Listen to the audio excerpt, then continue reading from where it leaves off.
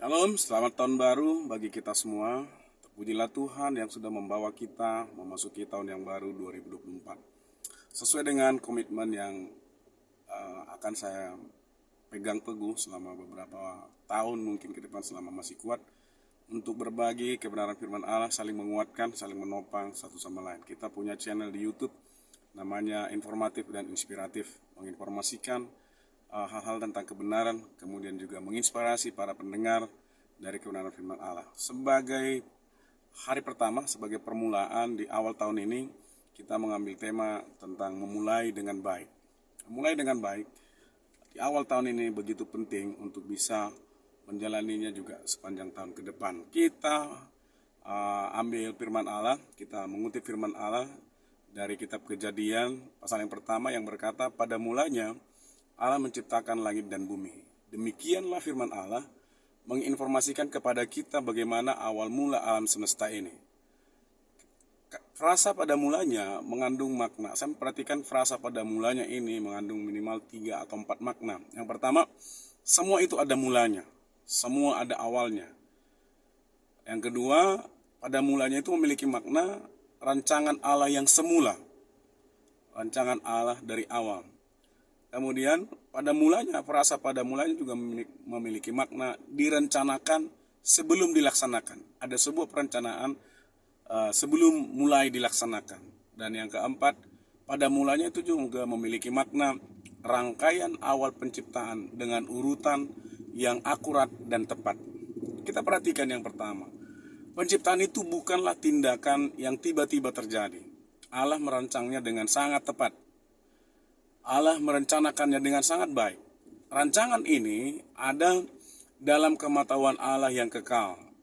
Dalam kemahatawan yang sangat cerdas, semua rangkaian penciptaan disusun dan terlaksana dengan baik. Dari urutan penciptaan, kita menemukan pergerakan dari satu ciptaan kepada ciptaan berikutnya yang melengkapi dan menyempurnakan. Dalam hal ini, firman Allah sedang mengajar kita. Yang pertama, sebelum memulai sesuatu, apapun yang ingin kita mulai, buatlah rancangan terlebih dahulu. Misalnya, bidang apa yang ingin kita mulai? Apakah di bidang ekonomi? Apakah di bidang pendidikan? Apakah di bidang pekerjaan? Atau urusan yang lain, bahkan termasuk bidang pelayanan? Buatlah rancangan terlebih dahulu mengenai itu. Yang kedua, tahapannya. Tahapan awal sampai tahapan berikutnya. Buatlah tahapan demi tahapannya. Kemudian sasarannya. Apa yang ingin dicapai? Kalau ingin memulai sesuatu misalnya di bidang pelayanan, apa yang ingin dicapai dari pelayanan itu? Buatlah sasaran yang bisa terukur. Kemudian waktunya. Kapan akan dimulai dan berapa lama waktu yang digunakan untuk bisa mencapai sasaran yang sudah ditentukan dalam sebuah rancangan. Yang kedua, rancangan mengarahkan fokus. Pentingnya rancangan ini akan membuat fokus kita lebih terarah. Misalnya, konsentrasi pikiran kita akan ditujukan kepada apa yang sudah dirancangkan. Tenaga juga diarahkan kepada rancangan itu. Dan waktu akan lebih banyak digunakan untuk mengerjakan apa yang sudah dirancangkan. Bahkan uang yang kita miliki juga akan digunakan secara tepat sasaran sesuai dengan rancangan itu. Kemudian rancangan mengarahkan fokus, kita menjadi lebih selektif. Kita tidak akan mengerjakan begitu banyak hal sampai akhirnya tidak menghasilkan apa-apa, tetapi hanya satu hal, tetapi fokus dengan itu. Selektif dengan apa yang kita kerjakan, fokusnya terarah ke sana. Hasilnya akan bisa dilihat kemudian. Hasilnya lebih terukur. Kalau ada 1, 2, atau 3 misalnya maksimal yang kita pilih, kalau bisa 1 sebenarnya. Tapi kalau lebih dari 1, kita pilih untuk dikerjakan selama 1 tahun ini, selama beberapa waktu ini, kita bisa lihat hasilnya terukur. Oh, di bulan Januari apa yang sudah dihasilkan, bulan Februari apa yang dihasilkan, sampai Desember nanti. Kemudian perkembangan kemajuannya juga terlihat. Karena kita fokus, kita sudah memilih, kita fokus mengerjakannya. Akhirnya perkembangannya bisa terlihat, kemajuannya bisa terlihat. Dari langkah pertama, memulainya, berikutnya hasilnya bisa terlihat.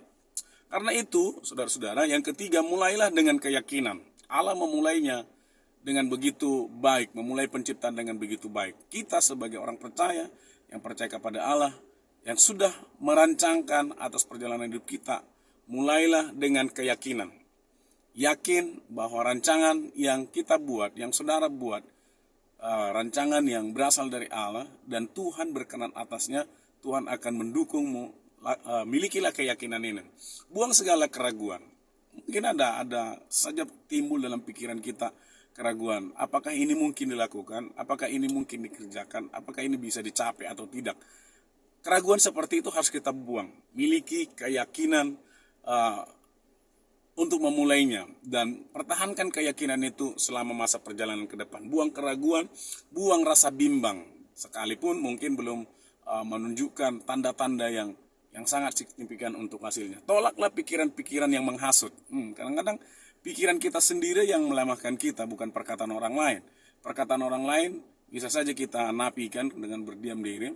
Tapi kalau sampai pikiran kita yang berkata, kamu tidak akan bisa, kamu tidak akan berhasil, itu justru akan menghentikan perencanaan yang baik yang sudah mulai dilaksanakan. Jadi tolak pikiran-pikiran yang menghasut, yang menganggap saudara tidak bisa, menganggap diri kita ini tidak mampu. Pikiran-pikiran menghasut seperti itu harus kita tolak dari dalam diri kita. Bahkan sekiranya ada orang lain yang menyampaikan itu, untuk itu pun kita harus dengan sikap tegas menolak setiap pikiran-pikiran yang menghasut. Tetap percaya, ya. Yang terakhir, tetap percaya walaupun pergerakannya lambat. Tetap percaya walaupun pergerakannya lambat. Kalau kita lihat penciptaan, walau di Alkitab disebut selama 6 hari, tapi sebenarnya itu sebuah tahapan yang butuh waktu. Tidak dalam hitungan hari 24 jam, tapi ada pergerakan kemajuan sampai akhirnya seluruh penciptaan itu selesai. Hal yang sama menjadi bagian dari pergerakan saya dan saudara-saudara untuk tetap percaya walaupun pergerakannya lambat. Pergerakan yang terus-menerus sekalipun dia lambat, pada satu titik nanti saudara akan sampai pada tujuan, pada sasaran yang sudah Anda rencanakan di awal tahun. Jadi mari kita susun rancangan itu dengan baik di dalam Tuhan dan mulailah melakukannya. Kalau ditanya kapan memulainya, hari ini. Tuhan Yesus memberkati. Shalom.